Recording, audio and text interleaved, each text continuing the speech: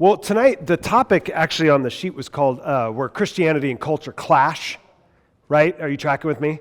Guys, you got to remember, I'm a very insecure speaker, and so when I see I get like, oh, okay, yeah, there we go. I want, yep, and like feedback. So not like, you understand where I'm coming from? Okay, so principally, where do Christianity and culture clash today? What would you guys say? But like in substance, like not places, but necessary, but maybe in like values or ethics or worldview.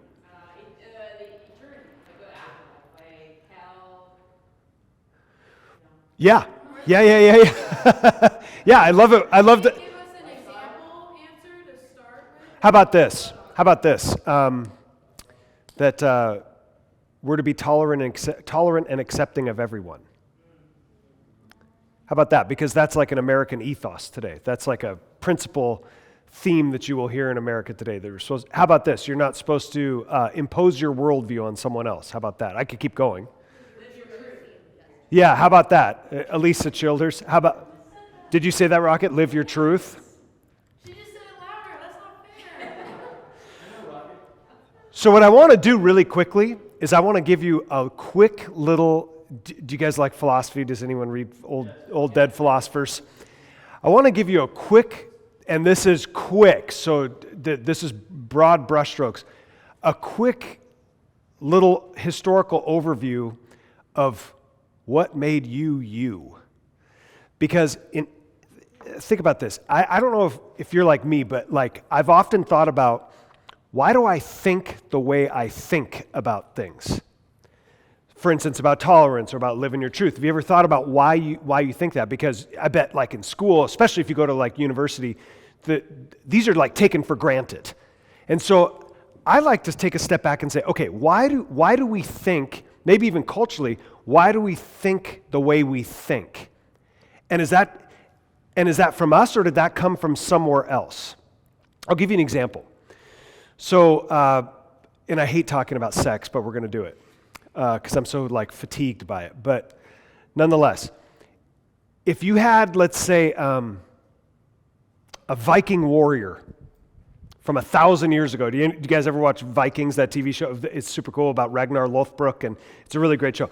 But if you had a Viking warrior from 1,000 years ago, and he had two competing impulses in his mind. One impulse was he likes to bash people's brains in. The other impulse is same-sex attraction. He has two competing impulses. His culture would say, now, the first one is who you really are. The second one is an aberration. The second one isn't really who you are. I know you have that desire, but that's not who you really are. The first one, because we want Viking warriors, right? Culture. The first one is who you really are. And so culture would then, in a sense, push on that and strain that to where the person would say, yeah, that's who I really am. This other thing is not really me. That's 1,000 years ago. Now fast forward 1,000 years later, and you have someone who has the same exact impulses, same exact, living in Tacoma in the 21st century. They want to bash people's brains in, and they have same-sex attraction. Culture's flipped. Culture would say, the real you isn't the one that wants to bash people's brains in. That's not the real you. The real you is the one who you have to be yourself, and it's the sexual attraction. That's the real you. And that's how you hear sex talked about in our culture, not so much as an activity of reproduction, but actually as an identity. And so do you see, like, you're going to get two very different responses from the same exact two impulses in the same exact person practically, and you're going to get two different responses as to who the real you is. Now, that should tell you something, you guys. That should tell you that we don't realize how much culture is jacking with you about how you're supposed to think.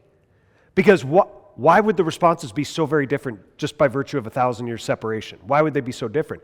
It's what the culture values.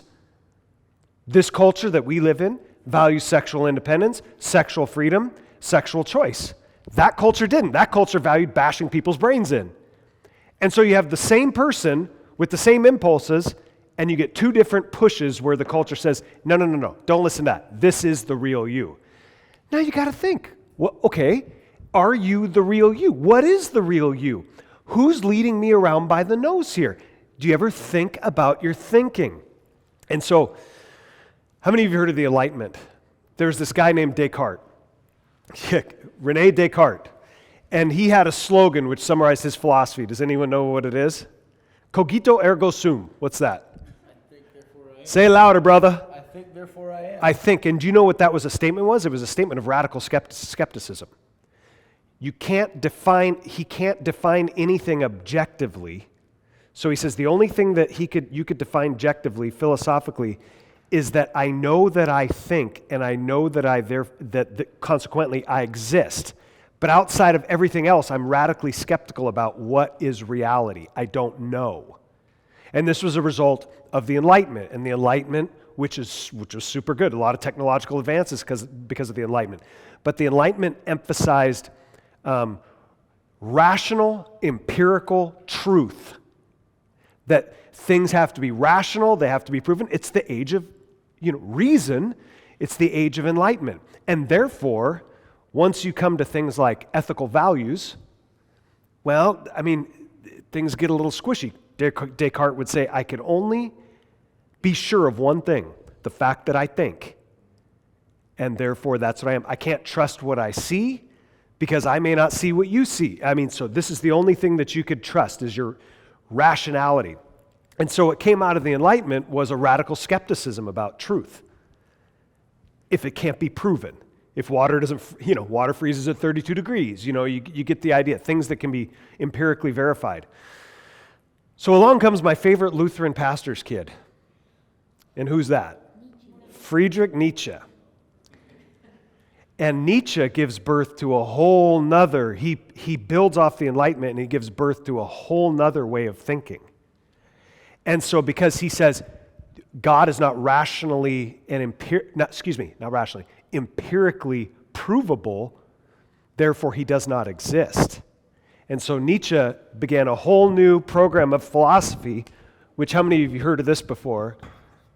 Which is called nihilism. Have any of you heard of that before? You have? What do you think about it? Well, it comes from the Latin word nihilo, which means nothing. And so it means nothingism. And so Nietzsche would say, I have a couple of quotes by Nietzsche on a sheet if you want to take this home tonight. Nietzsche would say there's no such thing as facts, there's only interpretations of facts. And so therefore, there is no objective truth in the world. Consequently, there is no right and wrong, good or bad. This is why one of his most famous works is called Beyond Good and Evil. There is no such thing as good and evil. This is Nietzsche, and this is nihilism. And Nietzsche's famous phrase is what? God is dead, and we have killed him. And he didn't mean literally like a blade in the guts that we killed God. He just means that we've intellectually gone past it. We don't need a God of, have you heard of the phrase, the God of the gaps? The philosophical phrase is the God of the gaps is that for the things we can't explain by science, we attribute to God, and God fits those gaps of the things we can't explain. But you'll hear people say, specifically atheists will say, well, give it time and science will eventually explain it. But this is called the God of the gaps, where we can't explain things, that's where God is. And so Nietzsche utterly rejects all that, says God is dead, and embraces this philosophy called nihilism. Nothingism. No right, no wrong. Okay, now here's a question worth talking about. If there is no God, and there is nothing above us to say, now I really want you to think about this, because this is a really interesting quagmire. If there is no God and there is nothing above us to say right and wrong, correct? If nothing exists above us to dictate that, who decides then? Say it, brother. Strong. This is what Nietzsche said. He goes, since there is no God, it has to be the Übermensch, which translated into English means the Superman. Whoever's stronger is going to dictate what's right and what's wrong. You say X, I say Y, I kill you. X wins. And that's what determines right or wrong. It's like Planet of the Apes. Correct. You challenge the ape in charge, and you get to be the king of the apes. Eat the ape. How many of you seen the movie or read the book Lord of the Flies? It's nihilism. It's whoever's strongest gets to dictate that. And so if you go to a nihilist and you would ask, okay, was the Holocaust wrong? 6 million Jews thrown into gas chambers and then stuffed unceremoniously into ovens. Is that wrong? I hope we would say that was wrong. Well, Nietzsche would say, what are you basing that off of? Why is that wrong? Nietzsche would say to you, he'd say, have you looked at nature? We could drive down to Point Defiance Park right now and break out your flashlight and you could see that nature, all of nature, is literally the strong eating the weak. What do you think's happening underneath the Pacific Ocean right now as we speak? It is the strong eating the weak. And Nietzsche would say, that's natural. So why is it wrong for a strong race, the Nazis, to kill a weaker race in their estimation, in their view, the Jews? Why is that wrong? That's a good question. You can't use God anymore. You can't use anything above you. Where do we, Alan Dershowitz, he's an attorney, was a professor at Harvard Law.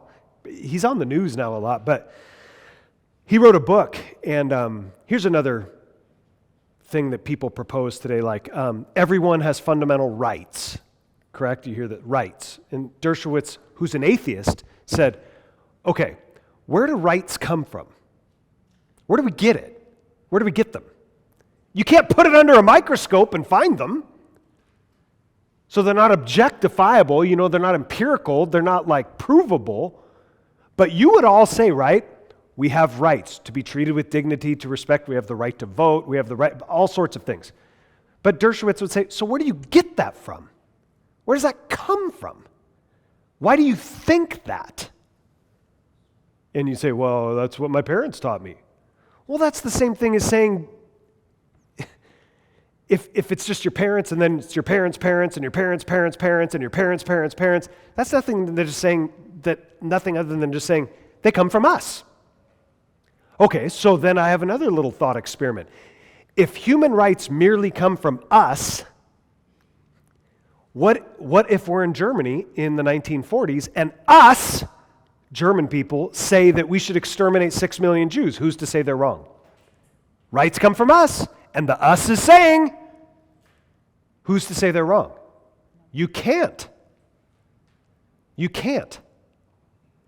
And this is why Nietzsche would say, it's time to embrace the suck.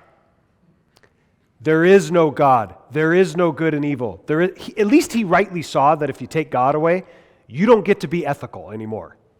You don't get to be moral anymore. It's one of my most irritating experiences in this life is to talk with people who deny the existence of God, but say we should stand up for the poor and the oppressed and advocate for victims and that X, Y, and Z are wrong. Okay, where do you get that from? Do you see the conundrum there?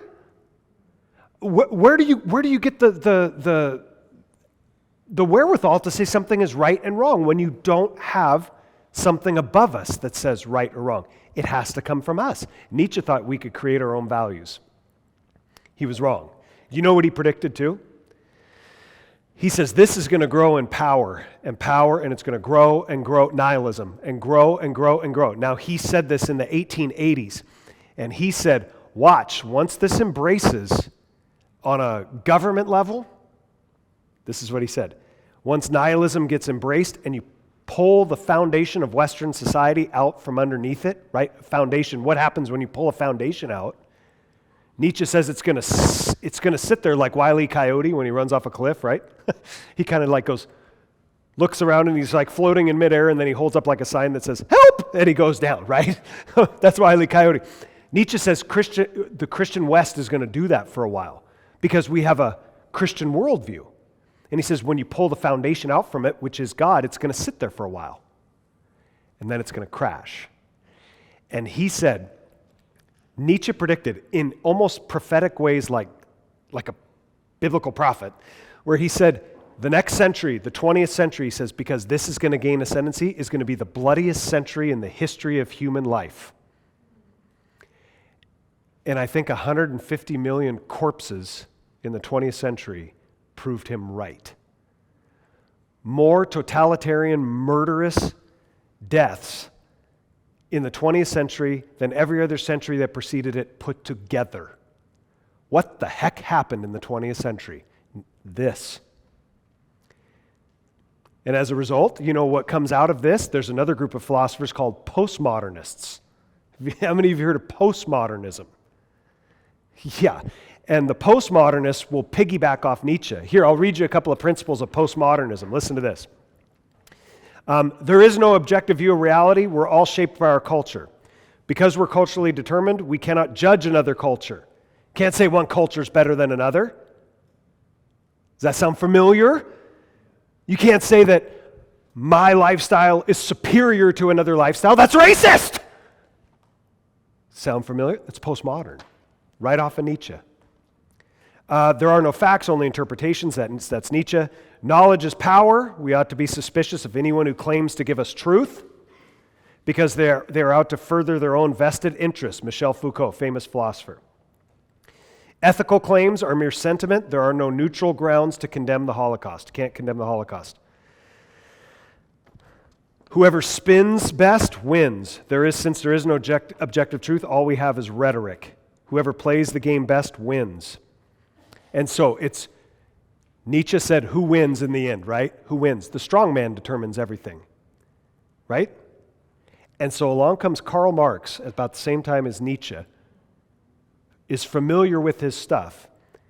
And Karl Marx says, look it, all of history is predicated on one thing and one thing only: the rich exploiting the poor. Everything is about that. The rich exploiting the poor. This is called socialism, right? And so this philosophy ends up embedding itself chiefly in the Soviet Union in the 20th century. And do you know what happened in the Soviet Union in the 20th century?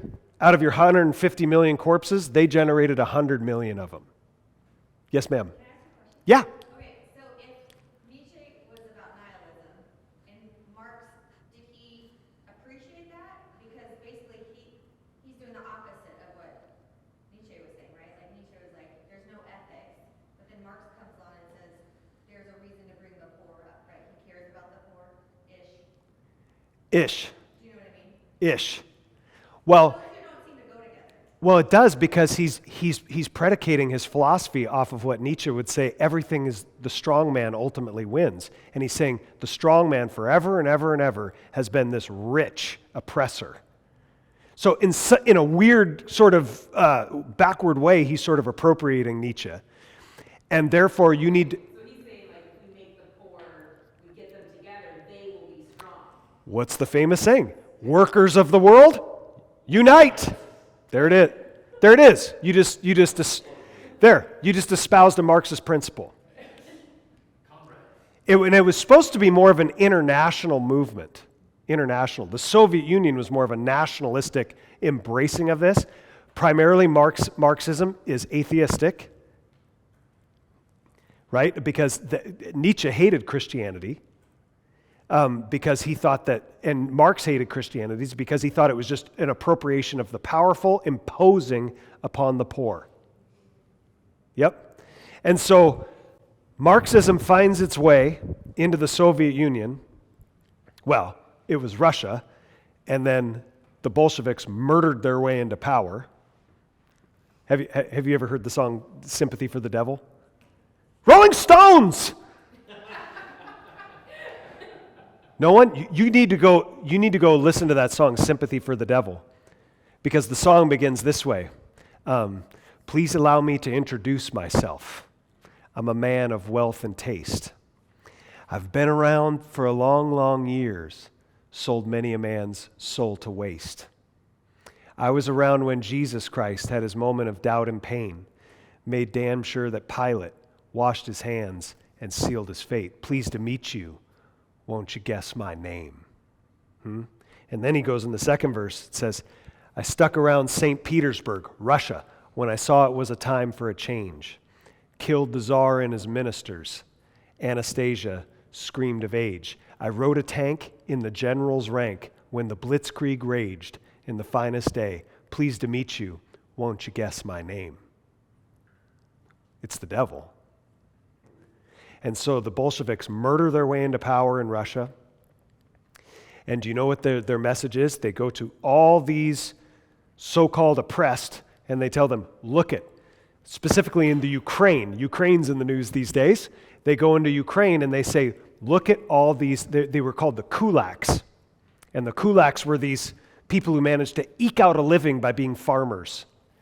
And the Bolsheviks, the communists said, there they are. Those are your oppressors. Look at, they own the food, they own the money, they own the power. You guys go take whatever you want.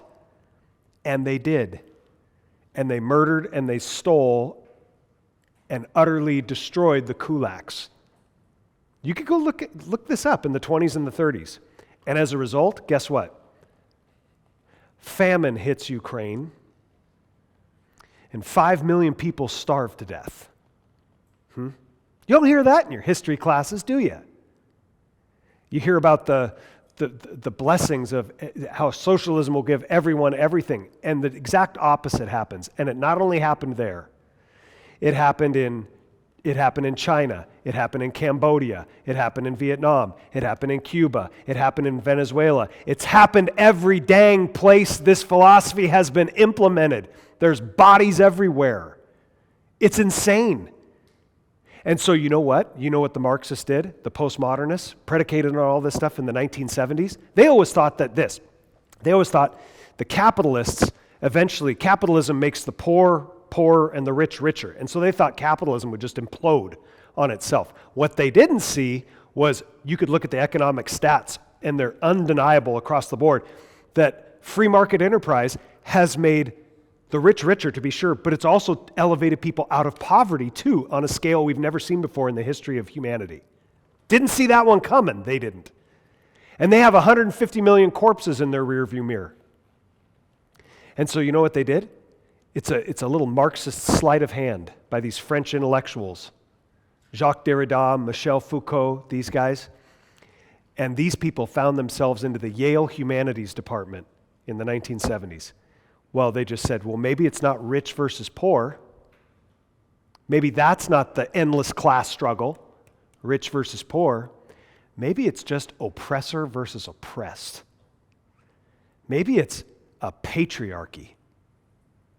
Maybe it's man suppressing woman. Maybe it's white suppressing black. Maybe it's this person suppressing this person.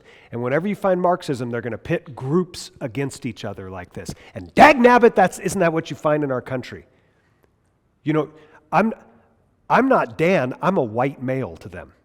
And I'm a part of the power structure. And I'm a part of the evil oppression. Think about that. They don't know anything about me. They don't know how I was raised, my loves, my losses, my hurts, my pains, nothing about me. Doesn't matter. You are your race, oppressor. And you'll find this littered across every college campus, especially in the humanities department. And I can't believe that across our country, we are embracing a philosophy that killed upwards of 150 million people in the last century, and we espouse this like it's kindness. I cannot believe it. I can't believe my ears when I hear this. If I went on a college campus and started to espouse Nazism, I would be roundly condemned, and rightly so. Why aren't we condemning this philosophy which makes Nazism look like they're playing in the minors when it comes to murdering people? Why? We need to know why we think what we think. And when you hear, who are you to impose your values on someone else, you're hearing the echoes of this. It's atheistic nihilism. Because as a Christian, I would say, yes, I will be tolerant, I will be loving, I will be kind, but there is a truth and there is falsehood. There is good, there is evil. And see how that would clash with a Christian worldview. And that's why Nietzsche, the Marxist, The Soviet Union, why do you think they hated Christianity the way they did? Hated it. Nietzsche detested it. You know what he liked? He said, I much more prefer the religion of the Mohammedans, he says. Why? He says, because they fight and they kill and they make war. He says, see, strong man. They're the strong man. He goes, and this Christianity is nothing but a slave morality. It's nothing. It just elevates the dregs of our society. And he says those dregs need to be eliminated, not elevated. That's the way he thought. And wouldn't you know, not just the Soviet Union, but Adolf Hitler himself. Do you guys know who Benito Mussolini was? He was the dictator of Italy, fascist government. At first time Hitler met Mussolini before the war, he gave him a complete, unabridged version of Nietzsche's works and said, read this and you'll know what we have to do. There is no God. Strong man wins. And that's the biggest clash that we're dealing with. You know, like this guy here, then we'll take some questions. Stephen Hicks, great book. This is a book you need to own. Stephen Hicks is a philosopher. He wrote a book called Explaining Postmodernism. And listen to this. He says, in postmodern discourse, truth is rejected explicitly and consistency can be a rare phenomenon. Consider the following pairs of claims. On the one hand, all truth is relative. Have you heard that before? Relativism? Amy said it, live your truth. All truth is relative. But you know what C.S. Lewis wrote a great essay called Relativizing the Relativizers? All truth is relative. So you can't make an objective truth claim that applies to everyone. You can only make a truth claim that applies to you and work if it works for you. And it doesn't, here's the modern ethic, as long as it doesn't hurt anyone else. Well, that's a really fine, low bar for behavior, isn't it? As long as it doesn't hurt anyone else. I mean, debauch yourself all you can, but as long as it doesn't hurt anyone else. And here's the truth of the matter, and anyone with a brain would tell you this. You can't hurt you without hurting other people. I have to tell this to our football team all the time. It's like, you're one of 11 on the field. You don't do your job. You don't just hurt you hurt the player next to you, and the player next to him, and the player next to him. You can't mess with you and hurt you without hurting other people. You can't take your own life and not completely and utterly, savagely traumatize those around you. John Donne, famous metaphysical poet, no man is an island in and of himself. You don't get to be an island. That's a terrible ethic. Do whatever you feel is right as long as it doesn't hurt anyone else. I bet that'll make the grandparents proud. Stephen Hicks. On the one hand, they say truth is relative. On the other hand, postmodernists tells us what reality really is. Isn't that weird? Truth is relative, but here's the real truth. Isn't the fact that you say all truth is relative, isn't that a universal truth claim? That's C.S. Lewis's point. He goes, wait a minute, you just said all truth is relative to the individual, but you said all truth. Well, that's a universal truth claim that you just made. And they sit here and wag fingers at Christians, and they're saying, you're making these universal truth claims about this is right, this is wrong, this is the way, the truth, and the life. And Lewis would say, you're doing the same thing.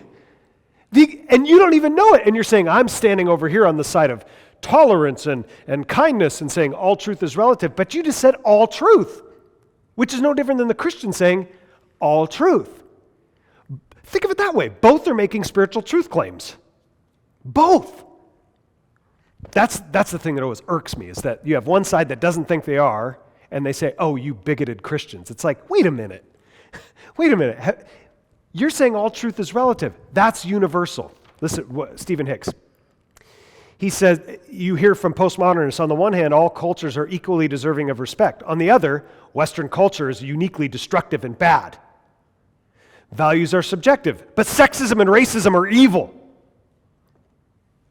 But how do you say all truth is relative, but racism is really bad?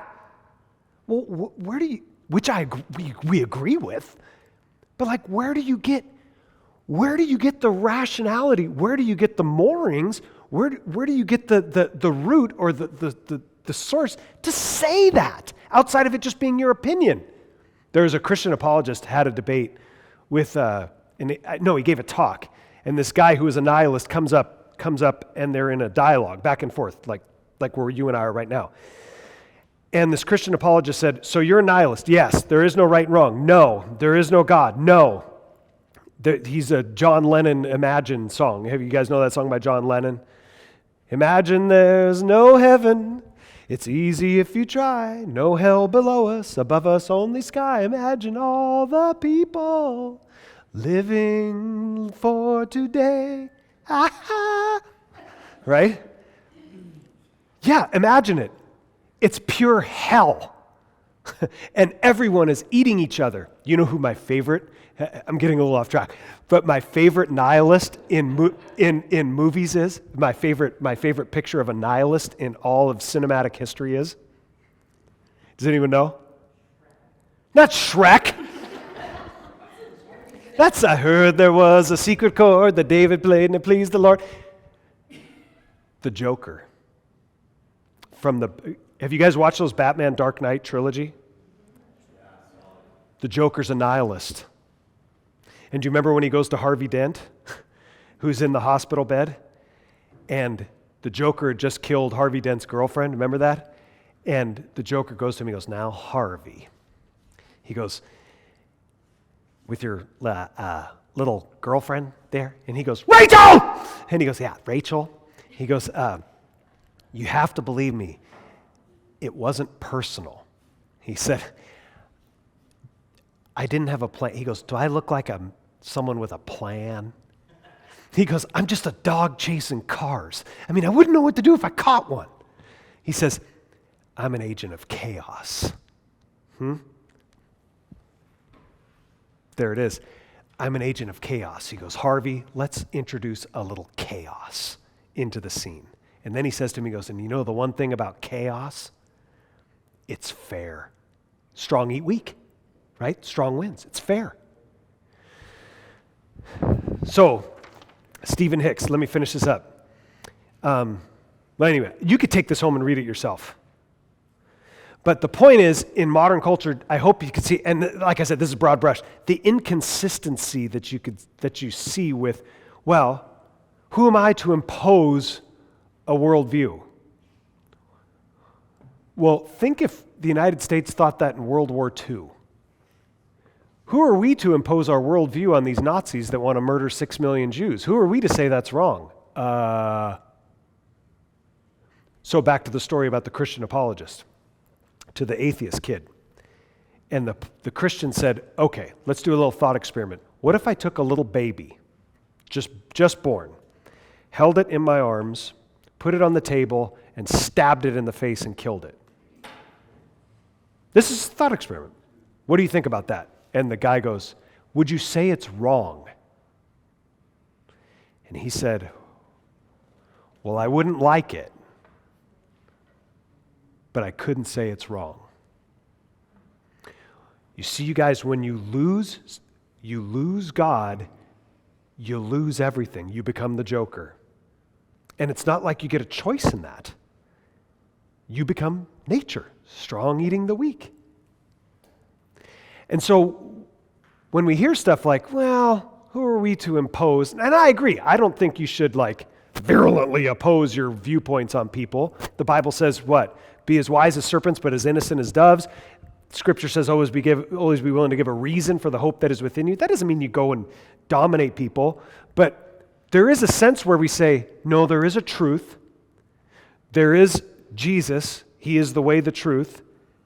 And that's that. And I can't deviate from that. You see how that could come into conflict? You'll see it in the issue of abortion.